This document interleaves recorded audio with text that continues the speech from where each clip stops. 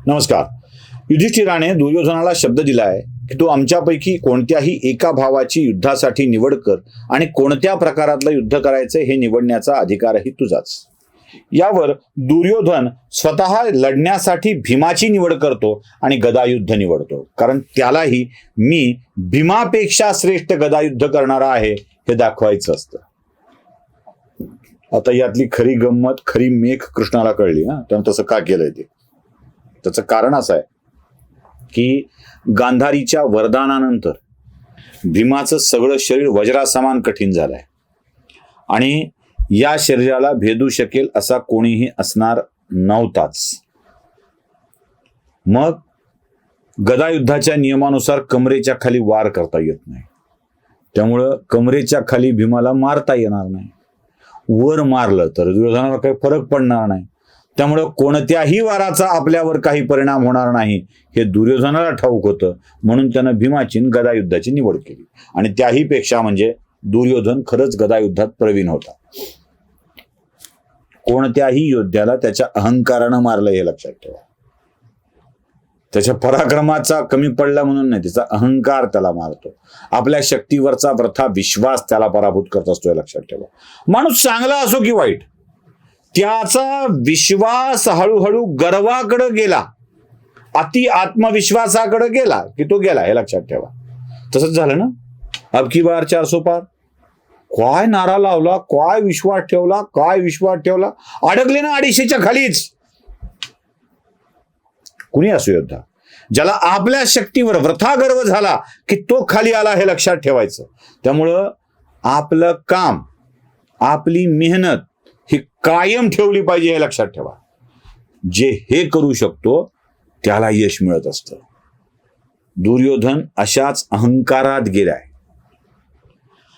दुर्योधनासाठी आणखी एक गोष्ट जे चांगली घडली आहे, सकारात्मक घडली आहे, आणि ती काय असेल तर दुर्योधन आणि भीमाचे संयुक्त गुरु भगवान श्रीकृष्णाचे मोठे बंधू शेषावतार भगवान बलराम, जे खरेखुरे शेतकऱ्यांचे राजा, आपला हल म्हणजे नांगर खांद्यावर घेऊन तिथे आलेले आहेत. तीर्थयात्रा संपली आहे.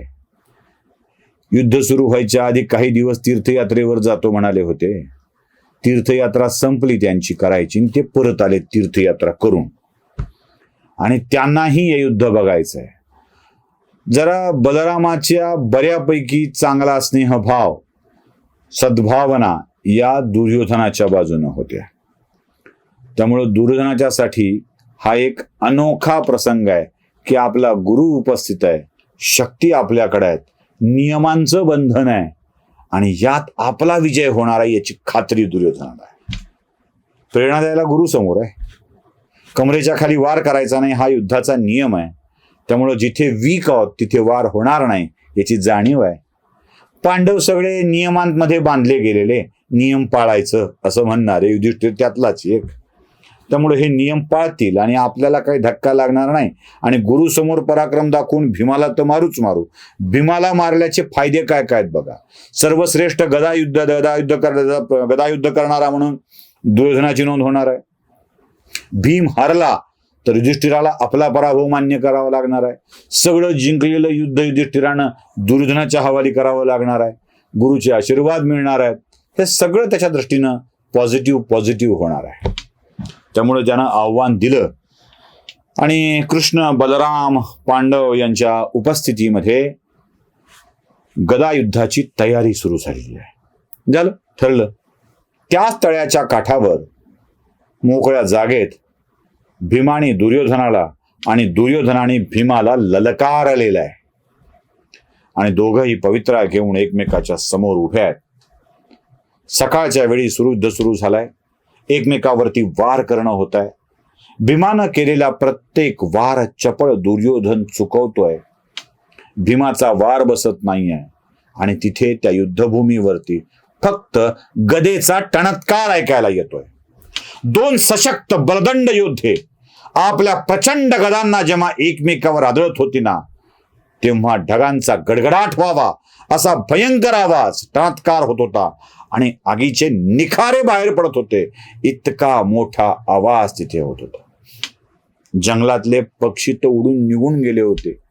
या आवाजाने, या गदायुद्धाच्या आवाजाने त्या जंगलातले प्राणी सुद्धा घाबरू लागले होते. उरलेल्या सैन्याच्या मनामध्ये ही दहशत निर्माण व्हावी अशी ती स्थिती होती. असा तो आवाज होता. दोन महान योद्धे एकमेकाशी लढत होते.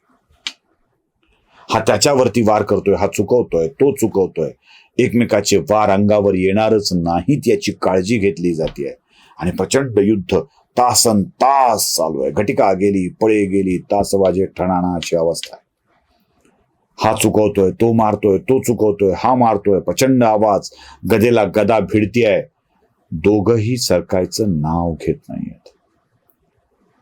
हुकून चुकून भीमाचा वार दुर्योधनाच्या शरीरावर लागलाच तर तो जागचा हालत सुद्धा नाहीये. पण दुर्योधनानं भीमाच्या शरीरावर वार केल्यावर त्याचा आघात मात्र भीमावर प्रचंड होतोय. भीमाला कळतच नव्हतं. आपली एवढी मोठी शक्ती लावून सुद्धा आपण मारत असताना काय होत आहे. आणि तिथे उपस्थित असलेले बलराम दुर्योधनाच्या युद्ध कौशल्याचं कौतुक करून त्याचं धाडस वाढवतात. वा वा दुर्योधना, काय काय काय लढतोयस, वा सुंदर आहे दुर्योधना, खूप छान चाललंय असं बलराम म्हणतायत. आणि बलराम दुर्योधनाचा उत्साह वाढवतायत. हे बघून भगवान कृष्णालाही वाटतंय की आपल्या भीम भैयाला मदत करायला पाहिजे. आणि तेही वा वा भीम भैया, वा वा छान चाललाय, छान चुकवलात, छान मारलात, छान वार केला असं प्रत्येक वेळेला ते बोलतायत. युद्ध चालू आहे, चालूच आहे.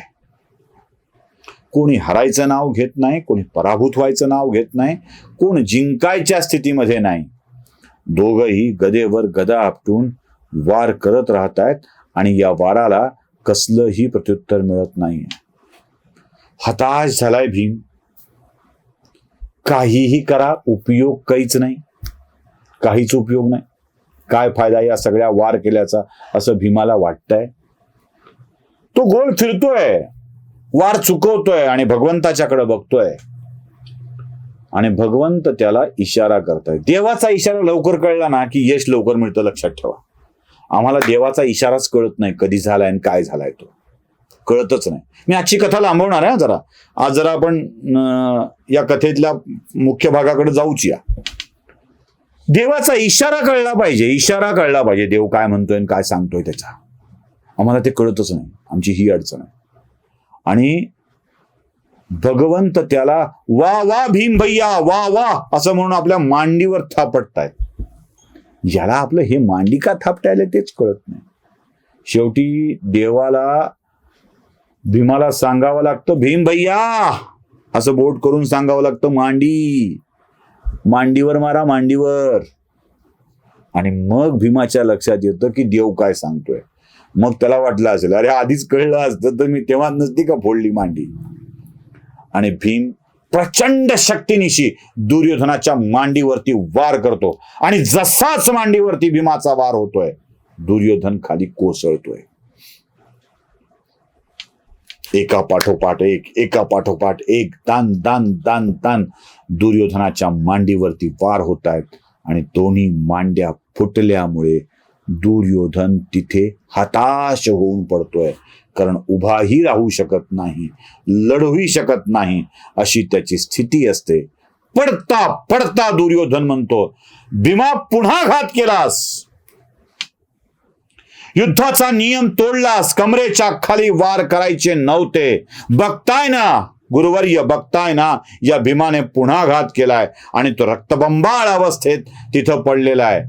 भीमाची ही अवस्था बघून, दुर्योधनाची ही अवस्था बघून बलराम चिडतायत. आणि चिडलेले बलराम समोर येत आहेत. काय होत आहे ते बघूया पुढच्या भागात. नमस्कार.